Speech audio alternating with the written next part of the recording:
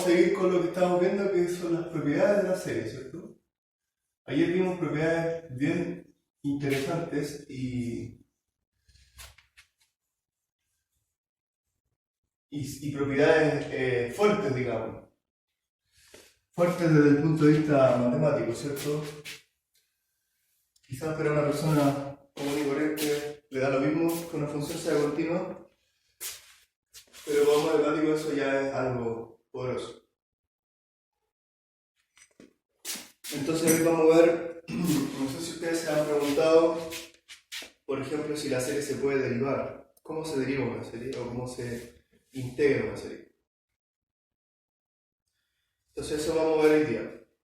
Ya, vamos a hacer un resumen de lo que estábamos viendo ayer. Entonces, un resumen después de esta vuelta, un resumen, pero ahora vamos a pensar también no solamente en la serie de Taylor como los ejemplos que vimos ayer, sino también en la serie de Lorentz. Esto se aplica a ambos casos, ¿cierto? Entonces supongamos que tenemos la serie S1 igual una serie de Taylor centrada en Z0, ¿ok? Y la serie S2 una serie desde n igual 1 hasta infinito de coeficientes b sub n y de potencias negativas, ¿cierto? Entonces supongamos que esta serie, si la serie S1 converge en Z1, entonces habíamos dicho que se desprendía de ahí que es uniformemente, vamos a poner un C, convergente en cualquier círculo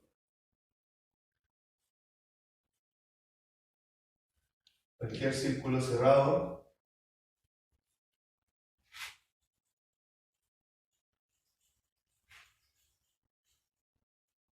de radio, o sea, al interior, ¿cierto? Al interior de cualquier círculo cerrado de radio Z, Z0 menos Z1, menor que ese radio. ¿Ok? Es decir, el dibujito, tenemos acá Z0 en torno a donde está escrita la serie. Alguien nos dijo por ahí de que esta serie converge en un punto Z1, ¿cierto? Entonces, para cualquier círculo cerrado de radio menor a la distancia entre Z0 y Z1, acá tenemos que es uniformemente convergente, ¿cierto? Asimismo,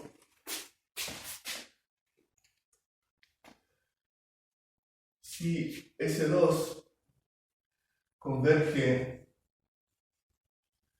en Z2, ahora estamos en el caso de la serie de potencia negativa, ¿cierto? Si S2 converge en Z2, entonces es uniformemente convergente en una región, o en la región, digamos, externa a cualquier círculo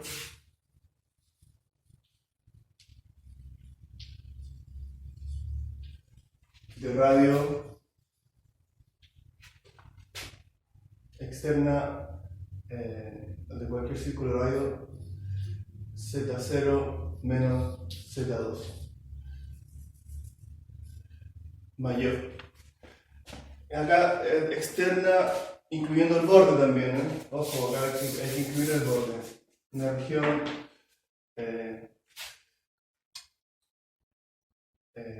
sí, externa bien dicho, y con borde, y con el borde.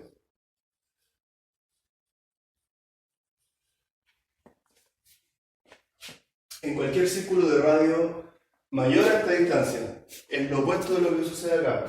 Es decir, que si teníamos que la función, la serie está definida en torno a Z0, y sabemos que en ese punto es convergente, Z2, ¿cierto? Entonces, para cualquier radio mayor al radio entre la distancia entre Z0 y Z2, la función va a ser uniformemente convergente en la región externa, acá. Por lo tanto, va a ser una función continua, ¿cierto?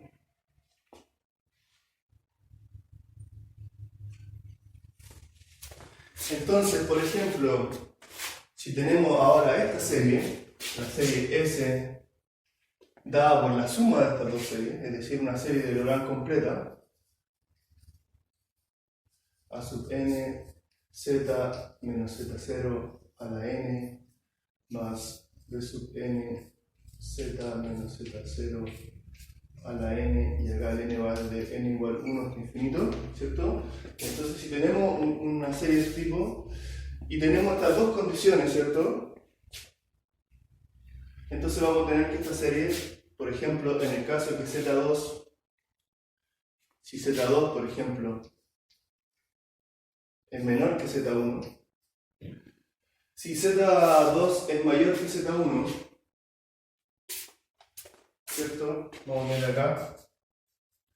Entonces, esta es la serie de potencia negativa va a converger afuera y la serie de potencia negativa va a converger adentro, entonces la suma no va a converger en ninguna parte, ¿cierto? Pero en este caso, en el que la región externa está, digamos, contenida en esta región interna, que es el caso como entonces la serie va a ser convergente en la región definida por dos círculos cerrados, ¿cierto? Que internos, por un lado al punto Z2 y por otro lado al Z1. Es difícil de dibujar, ¿cierto? Porque yo estoy hablando de círculos cerrados, pero que están justo adentro, o sea, de regiones cerradas que están definidas con un punto límite. Entonces, es como que el punto límite está como por acá, justo afuera del círculo. Imposible de dibujar, mejor dicho. No es difícil, imposible. Es como el tope, ¿o no? Claro, es como el tope, exactamente. Es decir que eso está bien pensado, buen concepto. Entonces el Z2 acá va a delimitar el tope de un círculo cerrado, imaginario, ¿cierto? Y a partir de ese círculo cerrado la función converge hacia afuera. Y acá es lo mismo. El Z1 es el tope que no hay que tocar, digamos, para poder cerrar ese círculo y decir que la función converge en ese círculo. Bueno, un poco como siempre es más o menos sutil, ¿cierto? Entonces vemos que acá, ya con estos criterios de convergencia, este criterio de convergencia para potencia, para series de Taylor, se aplica inversamente acá. Esto se aplica en la región externa. Vamos a ver ahora cómo se derivan. ¿Sí? Tengo una duda. Adelante. Es que usted puso que ya, si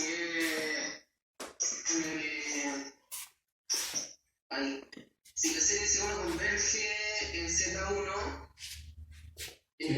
ya se muestra ese círculo que usted tiene ahí, que es como rayado por dentro. Sí. Hasta el tope, de Z0 hasta Z1, Z1 es el tope. Claro. El otro es al revés, o sea que el tope es Z2, pero va de Z2 hacia afuera. Claro. Entonces, si lo une sumados, ¿no sería como completar todo el plano? Porque básicamente es como sumarle ese dibujito que tiene a la izquierda con el círculo grande que tiene a la derecha, más a la derecha. O sea, si lo que pasa es que habría varios casos a determinar acá. Tenemos Z1 y Z2, ¿cierto? Entonces habría que ver cuál es la relación. Acá me faltó el valor absoluto, ¿cierto? Para comparar con números complejos hay que poner el valor absoluto. Entonces habría que ver cuál es la relación entre estos dos. El caso en que Z1 mayor que Z2. Ahí entonces sería mayor, menor, igual. Claro, si son iguales, y incluso si son... Se completaría como espiral. Tampoco, porque habría un punto, sería todo el Sí. plano menos un círculo. Sí. Entonces, es solamente en el caso en que las funciones tengan rango de validez limitado, por ejemplo, como esta función, ¿cierto? Cuando hacíamos la serie de esta función, sabíamos que el z, esta serie, pongamos el menos acá, 1 más z al cuadrado, sabíamos que era válida, pero solamente cuando z es menor que 1, ¿cierto? Entonces yo podría hacer, por ejemplo, hacer la suma, el ejemplo en el que ambos z son iguales sería, por ejemplo,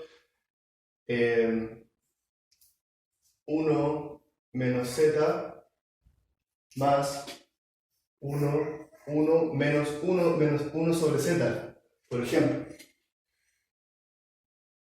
Entonces, en ambas yo puedo desarrollar, estas van a ser solo potencias positivas y estas solo van a ser solo potencias negativas, como lo que hicimos ayer. Y ambas van a tener la restricción, una va a ser válida adentro y la otra va a ser válida afuera. Entonces, básicamente, si yo desarrollo esta serie en torno a cero de esa manera, esta serie no va a ser válida en ninguna parte.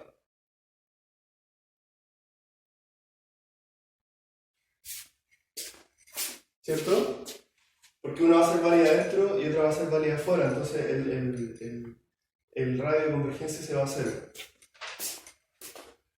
Y podemos tener el caso, es el caso extremo, el caso inútil, digamos.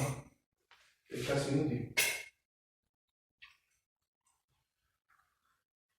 Entonces ahora lo que vamos a ver ahora es cómo se derivan e integran. Estoy acá sirviéndome más café porque necesito un poco de tecnología bioquímica para poder funcionar. Las series se pueden poner bien difíciles, pueden ponerse bien complicadas. Hay ejemplos de series bien difíciles. Vamos a ver ejemplos y vamos a sugerir ejercicios también. Hay que ponerse a pensar ahí. No es inmediato. Porque cuando uno ve una serie no tiene intuición sobre la serie. Uno puede ver una serie muy complicada y resulta que en el fondo está viendo una composición entre un seno y una función racional, por ejemplo. Algo relativamente sencillo, pero visualmente algo que no tiene mucha información al verlo. No tenemos mucha costumbre con la serie. Entonces, integración. Estos son dos teoremas que vamos a ver sin demostración. Básicamente son resultados que uno esperaría, ¿cierto? ¿Qué esperaría yo si derivo una serie? Bueno, teorema.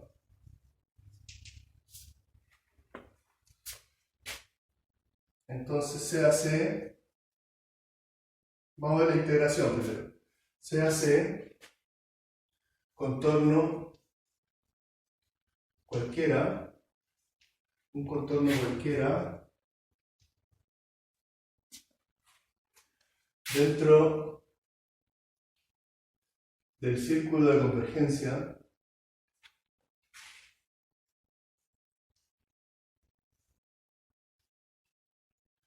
de S de Z. Círculo de convergencia de S de Z. Y sea G de Z una función continua. Lo único que le vamos a pedir a esta función es que sea continua.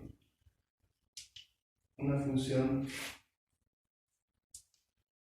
continua sobre C, en este contorno. Entonces lo que me olvidé decir es que S de Z tiene la expresión desde n igual a 0 hasta infinito de a sub n z. Vamos a centrarla en 0 por simplicidad, pero esto vale también centrado en z sub 0, ¿cierto? La S de Z. Entonces, la integral de contorno de g de z, esta función cualquiera, por s de z, que es la función definida mediante esta serie, ¿cierto? Entonces, bueno, ¿qué esperamos? Esperamos que uno pueda meter la integral hacia la serie, ¿cierto? Y simplemente dejar la suma fuera, es decir, integrar cada uno de los términos de esta serie, término a término. Y efectivamente lo que nos dice este teorema es que eso es así. Entonces la integral, esta integral completa, es la suma desde n igual a 0 hasta infinito de la integral de g de z a la n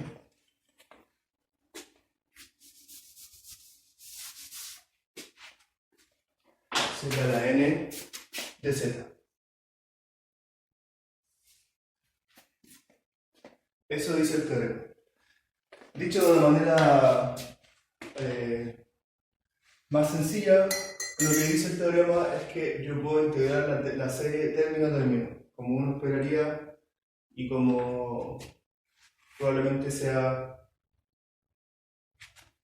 la manera refleja que uno tiene de hacerlo, ¿cierto? ¿Se entiende? La integral pasó a través de la suma. Ahora, fíjense ustedes que esto tiene una consecuencia súper importante. Pero ¿qué pasa si yo pongo g de z igual a 1? Si yo pongo g de z igual a 1. Bueno, acá se acaba el teorema, ¿listo? Entonces, supongamos, y esto es lo realmente importante, supongamos g de z igual a la función 1. Entonces nos queda que la integral en el contorno, fíjense que g de z solamente veíamos que fue una función continua, y s de z es una función que está definida en este contorno, o sea, si acá tengo el 0, ¿cierto? Entonces este contorno era un contorno que estaba dentro, ¿cierto?, del radio de convergencia. Es decir, acá adentro está todo bien, no hay ningún problema, ¿cierto? Entonces, si g de z es igual a 1, yo tengo que s de z es igual a la suma de a sub n igual a 0 hasta infinito de la integral en el contorno de g de z, que es 1, z a la n de z. ¿Cuánto vale esta integral?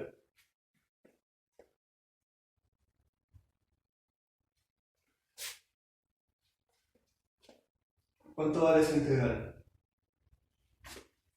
La función s... N es menos 1 y a 2 pi, 1 partiendo 2 pi, ¿no? Acá tenemos un n positivo siempre, ¿cierto? Una serie de Taylor. Ah, ¿verdad? Entonces 0, ¿no? 0, exactamente. Entonces esto es 0, por lo tanto, toda la suma es 0.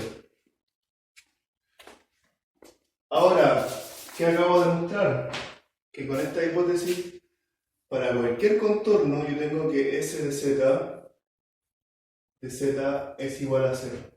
¿Qué implicaba eso? Cualquier función elíptica integrada en un contorno cerrado a 0 es un teorema súper importante, el teorema Cauchy. Y el teorema inverso es el teorema de Morera. Parece que en la guía voy a agregar más problemas conceptuales. Teorema, entonces, por el teorema... Ustedes tienen que ver en este curso, el concepto central de este curso son las funciones analíticas. Entonces, ese es el resultado ahí, es como el resultado fundamental, uno de los resultados fundamentales de las funciones analíticas, que si la entrega de un contorno cerrado es cero. Y el teorema inverso es el teorema Morera, que dice que si para cualquier contorno yo integro una función y obtengo cero, entonces la función es analítica. Entonces lo que dice el teorema Morera es que S de Z es analítica.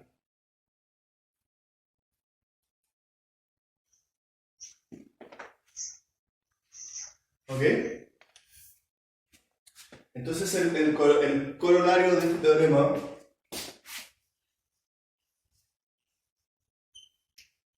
y que también se puede demostrar para funciones con serie de Laurent también.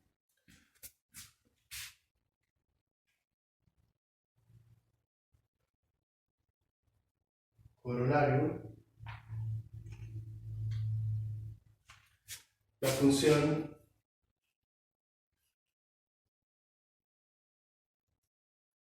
S de Z es analítica.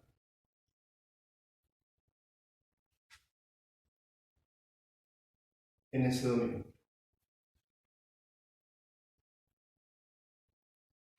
Vamos a dejar acá sugerido, probablemente lo voy a poner en la guía. Tarea ver caso análogo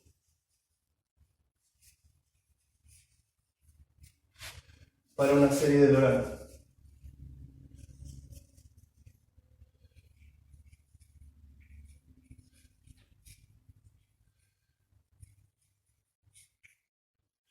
Para una serie de Laurent. Porque ahora vemos por una serie de Taylor solamente. Pero de todas maneras, el asunto importante es que la función, que una función definida mediante una serie, de esta manera, es una función analítica en su círculo de convergencia, dentro del círculo de convergencia. Entonces es un resultado fuerte. Quiere decir que ya la definición de las funciones mediante serie es igual de poderosa de alguna manera que la definición de cualquier otra manera. Vamos a ver ahora el caso de la derivación. Teorema.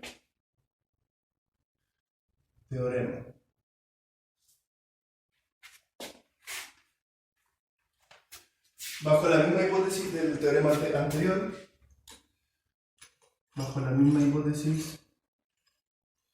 tenemos que la serie de potencias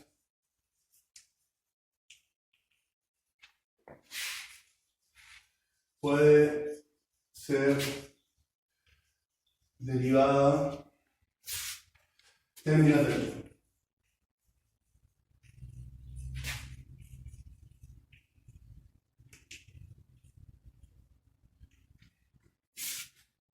En todo punto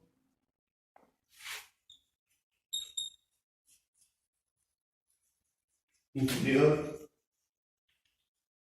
a su círculo de convergencia.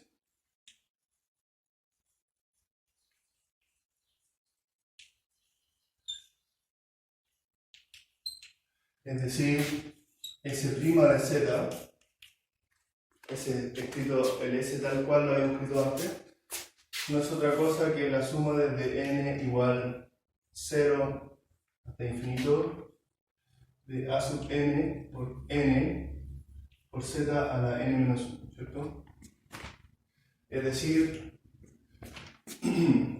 la derivada de a0 más a1z más A2z al cuadrado, etcétera, ¿cierto?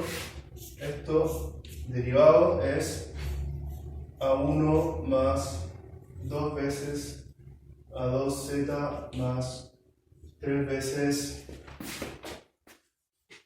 A3z al cuadrado, etcétera, ¿cierto? Tal cual uno esperaría. Siempre en este lugar, en el interior del círculo de convergencia, es decir, el círculo máximo donde sabemos que la función converge uniformemente. Vamos a ver entonces ahora algo importante, que es la unicidad. Unicidad de las series de potencia, de la representación en C. Vamos a decirlo más bonito. De la representación en C. Si una serie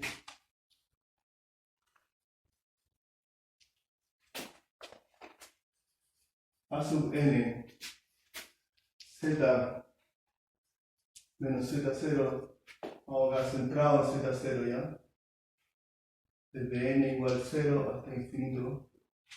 Si una serie converge a f de z, acá estamos viendo el caso, vamos a ver el caso más general, por eso podemos usar un z0 arbitrario. Converge a f de z, una cierta función, en todo punto interior al círculo de convergencia,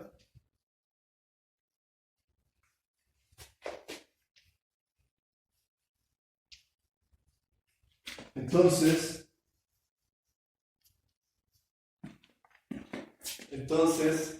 la serie,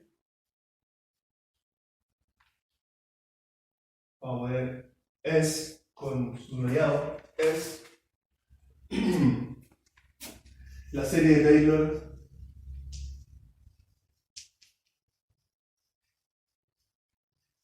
de f de z en torno a z0 en ese dominio, ¿cierto? Es decir, que si yo tengo una serie que converge a una función, entonces yo puedo asegurar que esa serie es la serie Taylor. Dicho de otra manera, la serie Taylor es única, solamente hay una representación en serie Taylor en torno a un cierto punto. Y de hecho estos teoremas los podemos demostrar sencillamente, los vamos a demostrar. Vamos a ponerle 1, teorema 1 de alguna manera. Y el teorema 2 es completamente análogo, pero para el caso, no vamos a escribir todo nuevo. Análogo para el caso de una serie C sub n desde n igual menos infinito ahora hasta infinito de z menos z0 a la n. Es decir, si esta serie converge a una función, converge a f de z en una cierta región, ¿cierto? Anular.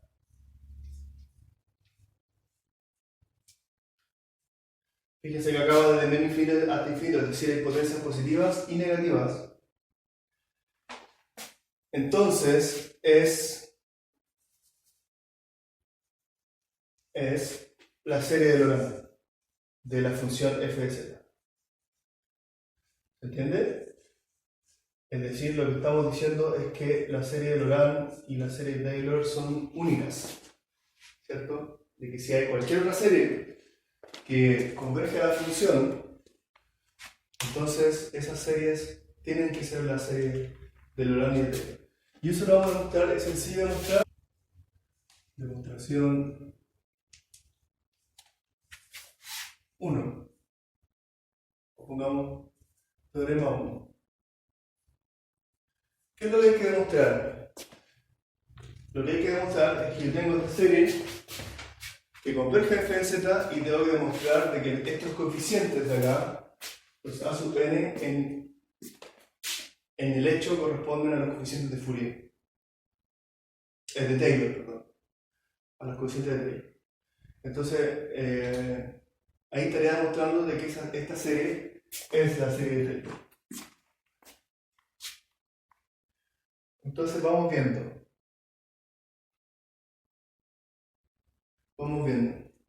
Tengo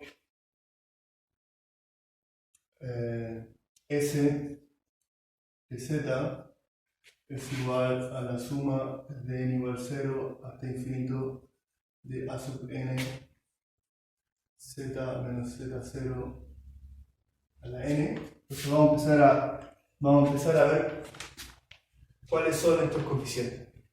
Entonces, si yo derivo hasta orden m, hago la enésima derivada de esta serie. Como vimos en el teorema anterior, esto consiste en derivar términos del f, ¿cierto? Entonces esto va a ser la suma desde n igual 0 hasta infinito. Entonces fíjense que la primera derivada me va a bajar un n. La segunda derivada me va a bajar un n menos 1. Y la enésima derivada me va a bajar un n menos m, me va a quedar factorizar, más 1. ¿Cierto?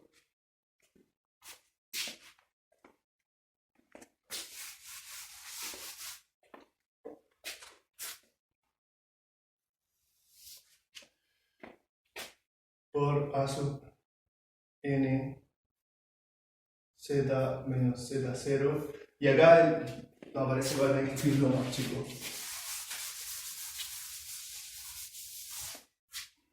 Entonces estábamos diciendo que la enésima derivada de la serie desde n igual 0 hasta infinito va a ser a sub n por n menos 1 hasta n menos m más 1. Ustedes pueden corroborar que esto funciona, por ejemplo, si esto es la primera derivada, entonces el m vale 1, ¿cierto? Un poco más explícitamente. La primera derivada es igual a la suma desde n igual 0 hasta infinito de a sub n por n z menos z0 a la n menos 1, ¿cierto? La segunda derivada es igual a la suma desde n igual 0 hasta infinito de a sub n por n menos 1 de z menos z0 a la n menos 2.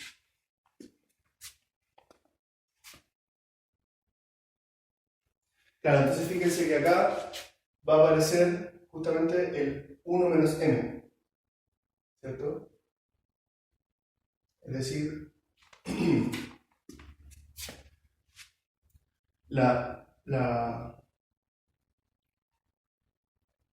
el orden de la derivada menos 1. Entonces n menos m más 1, ¿sí? Está correcto. Está correcto. Y acá es z menos z0 hasta n menos m. N menos m. Pero acá hay algo que hay que observar. Cuando m vale 1, por ejemplo, es decir, cuando tenemos la primera derivada,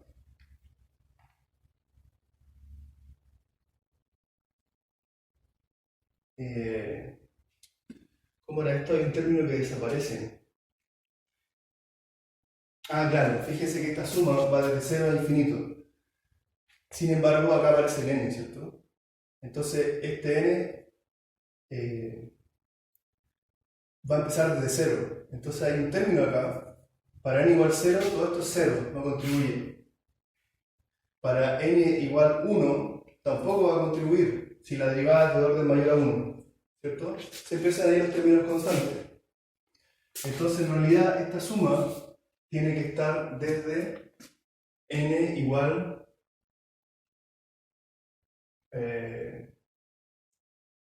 desde n igual m. Desde n igual m hasta infinito. N.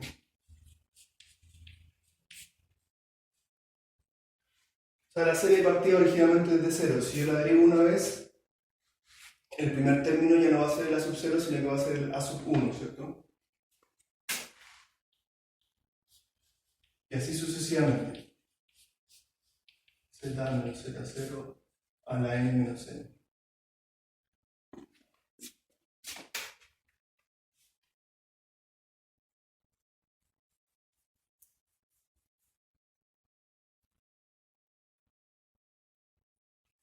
Entonces, si yo evalúo esta enésima derivada en z sub 0, ¿cierto? Van a morir todos los términos excepto el primero, excepto el primer término,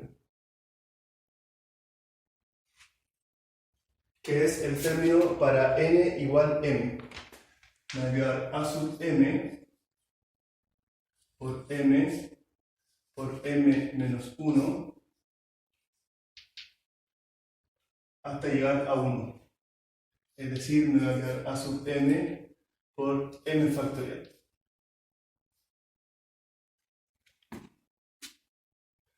Por lo tanto, de acá tengo que el coeficiente a sub m no es otra cosa que la enésima derivada evaluada a z0 partido por m factorial. Es decir, hemos demostrado que los coeficientes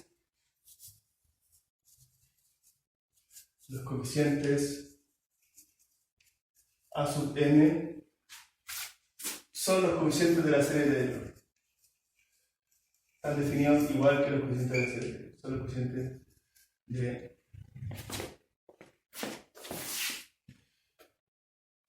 serie de Taylor. Es decir, esta es la serie de Taylor. Esa es la demostración del teorema 1. El teorema 2 es más complicado, obviamente, porque ahora tenemos que demostrar de que estos coeficientes de acá son los coeficientes de la serie de Laurent. Vamos a ver. Demostración del teorema 2. Entonces, ¿qué dice el teorema 2?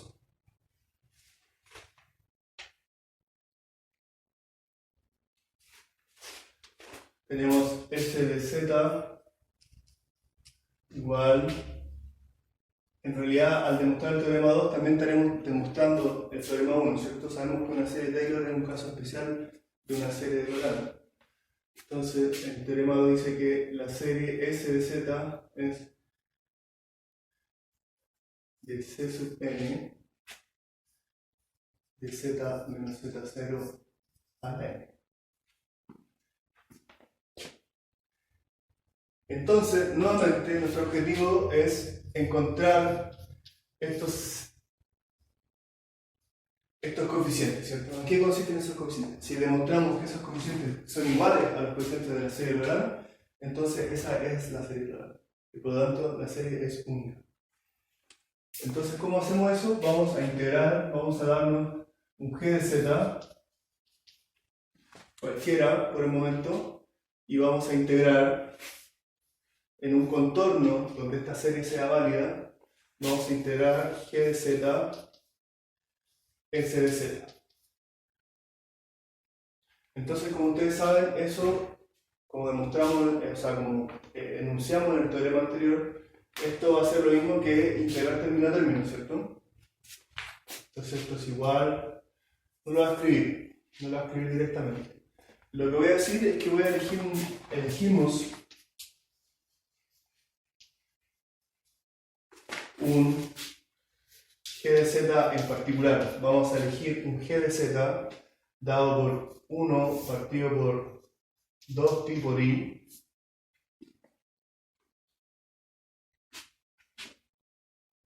de z menos z0. ¿Profe? ¿Sí? Es que estaba pensando que usted había puesto anteriormente esa misma integral y dijo, ya, ¿qué pasa si g de z de 1? Eso no, o sea, entonces descubrimos que eso se nos hacía 0. Claro. Se integra cerrada de c. Claro. Con eso demostramos que el s de z era una función analítica. Sí, pero ¿qué pasa? O sea, ese g de z aplica para cuando, o sea, esa condición es válida para cuando g de z es una constante o solamente 1.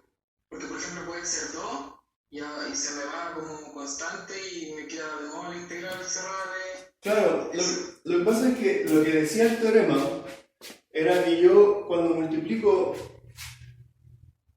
integro s de z ponderado por otra función cualquiera, g de z, ¿cierto? Lo que decía el teorema es que yo puedo integrar término a término. Es decir, la integral pasa a través de la suma y al final termino integrando cada uno de esta dependencia en z, ¿cierto? Por g de z. Eso es lo que decía el teorema. Después se ve que si yo elijo un g de z en particular, entonces puedo obtener un 0, ¿cierto? Es decir, que para g, si esto es un 1, como acá tengo solo potencia, en el caso de Taylor tenía solo potencias, entonces yo podía demostrar que eso me da igual a 0. O sea, no solamente 1, sino que cualquier constante. Cualquier constante. Puede ser un 2. Claro, puede ser cualquier constante. Claro, porque la constante no influye en la integral. Por ejemplo, si dz, si esto es una constante, va a salir de la integral constante y me va a quedar s de z de z, ¿cierto? Y ahí se va a hacer 0. Y va a ser igual. Va a ser igual. Okay. A lo que iba yo es que el g de z es una función cualquiera, entonces a veces me va eligiéndola de cierta manera, me va a permitir demostrar ciertas cosas. Y es lo mismo que estoy haciendo acá. Vamos a elegir un g de z, vamos a elegir un g de z en particular, porque eso es un truco, en el fondo. Un truco que nos va a permitir demostrar lo que queremos demostrar en este caso, que es que los c sub n corresponden a los coeficientes de la serie de Laurent. ¿Ok? Entonces, en el fondo es un truco, pero claro, lo que tú dices es cierto. Si yo hubiera elegido una constante en vez de elegir la constante igual a 1, también hubiera podido demostrar lo mismo. En este caso, lo que vamos a elegir es g de z igual a 1 sobre 2pi elevado a n menos m. ¿Por qué? ¿N menos m? No, es m más 1, perdón. M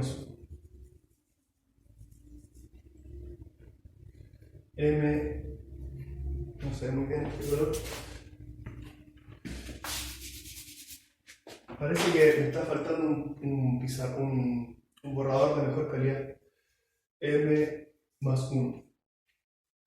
Entonces fíjense que cuando yo introduzca esta función acá, ¿cierto? Cuando yo integre, entonces me va a quedar m más 1 menos n, ¿cierto? Acá abajo. Entonces me va a quedar algo muy similar a los coeficientes de la serie de Laurent. Veamos qué sucede. S de z. Entonces, la integral en cualquier contorno en este dominio donde es válida esta serie de g de z S de z es igual a 1 sobre 2 pi la integral. Lo voy a escribir acá solamente para que quede más completo, pero lo que nos va a servir es el lado derecho, ¿cierto? Z menos z0 m más 1 de z. Voy a cambiar de lápiz, creo que no se ve mucho eso.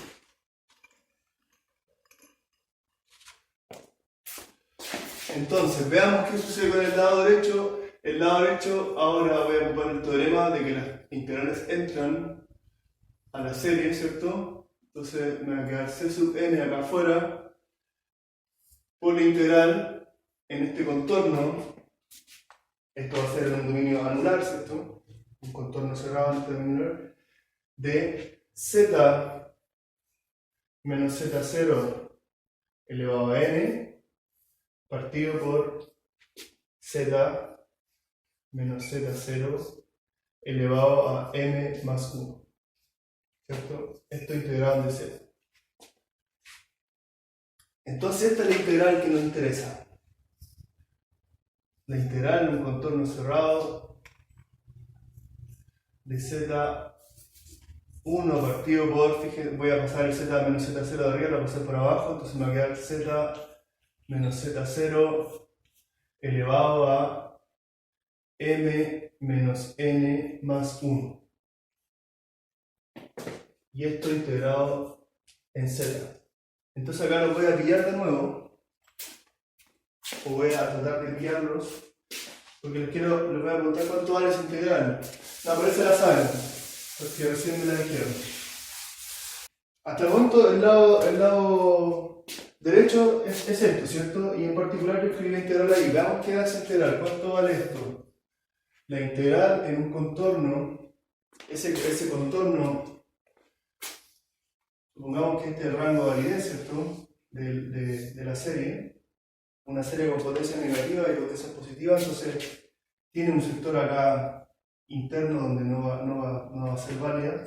Tenemos este dominio. Y el contorno, un contorno cualquiera, ¿cierto? Orientado positivamente. Y acá al centro el z sub c. ¿Cuánto vale para ese contorno? ¿Cuánto vale de z partido por z menos z0 elevado a m menos n? Lo dije bien y lo escribí mal. M menos n más 1. ¿Cuánto vale eso? Estoy integrando en un contorno en torno a z0, un contorno cerrado, la función 1 sobre z menos z0 elevado a una cierta potencia entera. ¿Cuánto vale eso?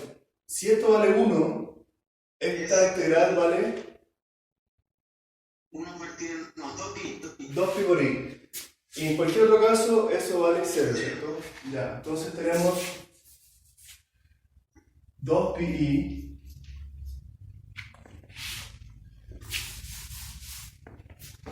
cuando m igual a n, ¿cierto? Porque si m igual a n me queda el 1 acá. 0 si m distinto de n. Esos son los dos casos posibles. Ahora eso es interesante. ¿Por qué es interesante? Porque eso quiere decir de que de esta suma que está acá, fíjense que lo que yo quiero calcular es esta suma de acá, desde n igual menos infinito hasta infinito, de c sub n. Claro, está bien. C sub n, la integral de z menos z0 a la m menos n más 1, ¿cierto? Ese es nuestro lado derecho de esa fórmula de ahí. Entonces, fíjense que de esta serie infinita solo hay un término que es distinto de cero. Porque estas integrales van a ser cero siempre, salvo cuando m es igual a n, ¿cierto? Y en ese caso, y acá me falta el 1 sobre 2pi. No, eso aparece al lado izquierdo. Ya. Ahí tengo una duda acá. Entró una duda. 1 sobre 2pi. Claro, acá va el 1 sobre 2pi.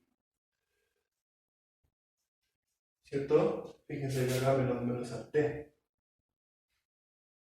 Claro. Entonces acá tengo. Lo podemos poner acá o fuera de la suma, ¿cierto? Una cosa. Ya.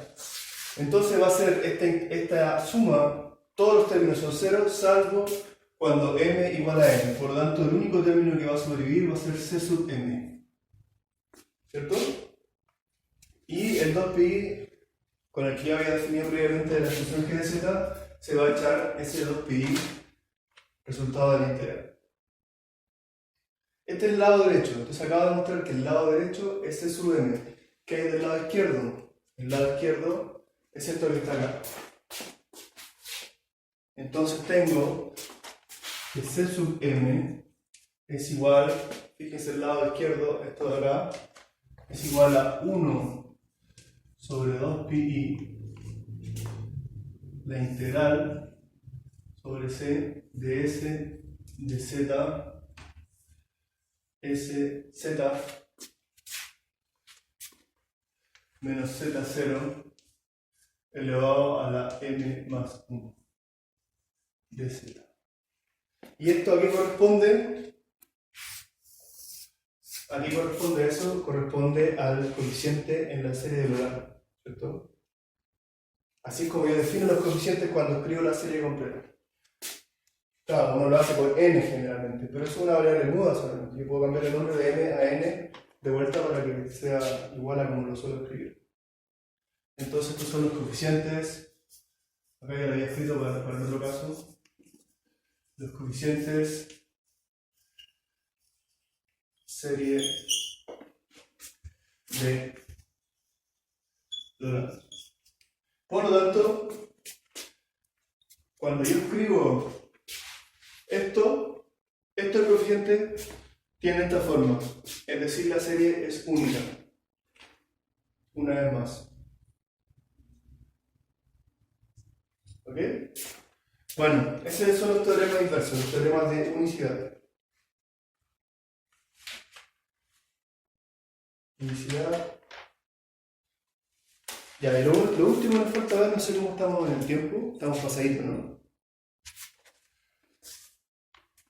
Denme 5 minutos porque nos falta ver solamente algo que es muy sencillo y así la próxima clase ya pasamos al teorema del residuo. 5 minutitos. Entonces, multiplicación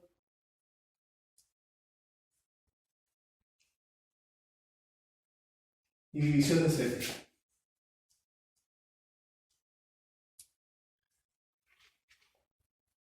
Y bueno, esto es algo que hay que decirlo, pero es completamente coherente con lo que uno haría si no pensara en el asunto, ¿cierto? Si tengo f de z dado por una cierta serie, vamos a hacerlo para series de Taylor, pero es válido también para series de Laurent,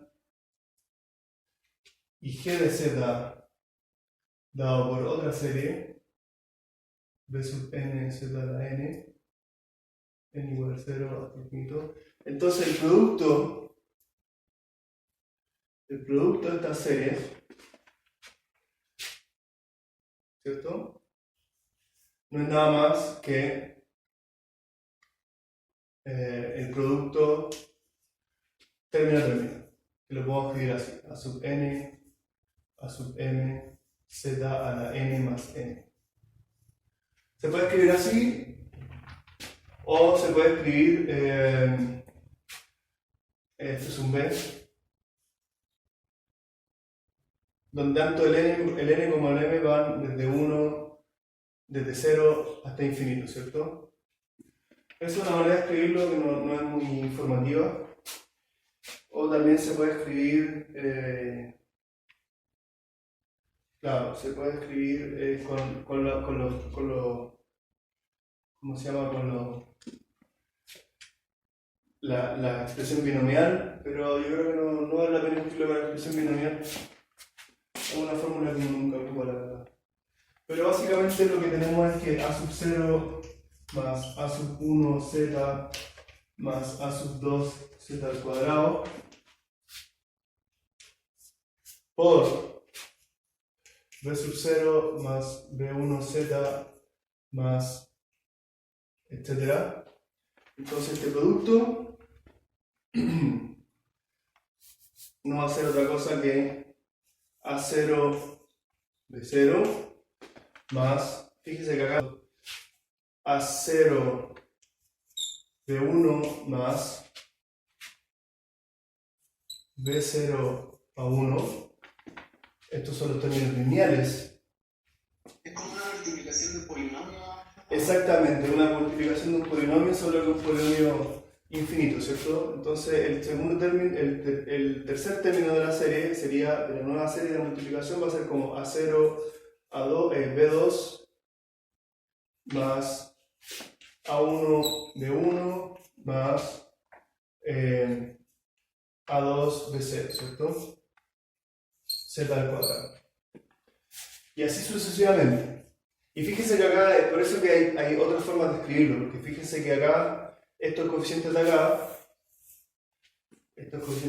en el fondo van a tener la forma, esto va a ser una suma desde a sub k por b sub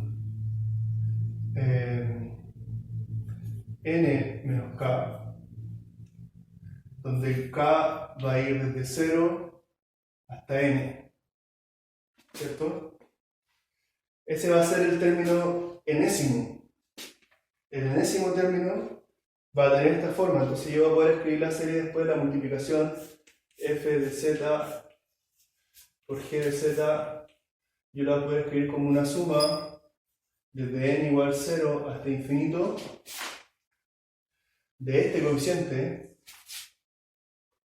¿cierto? Este coeficiente que parte con el primer término chico y el otro máximo, y se va agrandando el primero y se va achicando el segundo, ¿cierto? Por eso que acá aparece a sub k y b sub n menos k, y esto elevado a n. Esa es una forma de escribirlo. Después también hay otra forma de escribirlo que es simplemente relacionándolo con la derivada. Y ahí aparece la fórmula binomial de Newton, pero no, como les digo, son fórmulas que no, son buenas como ejercicio, como para acordarse de trabajar, de cómo se escriben esas cosas, pero no es que algo que uno vaya a ocupar muy a menudo. Así que lo dejamos hasta acá, y la división lo mismo. La división lo mismo. Para hacer la división, lo necesario, sí, en este caso, si yo divido f partido por g, vamos a ver ejercicio igual de ese tipo. fz partido por gz. Entonces esto también va a ser una serie. Pero para que yo pueda expresar esto como una serie, tengo que expresar la función 1 sobre g de z efectivamente como una serie, ¿cierto? Puede ser con potencias positivas o potencias negativas, pero tengo que saber expresarlo de esa manera.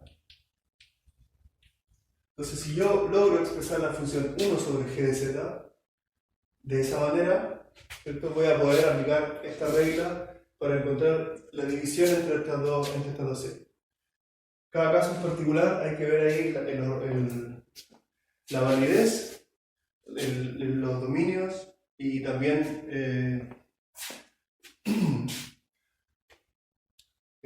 bueno, básicamente eso, los polos y todo eso. Que yo sepa, no hay una regla general en ese caso. Pero se puede hacer terminar el mismo, eso sí se puede asegurar. ¿Ok? Así que, si les parece, lo dejamos hasta acá.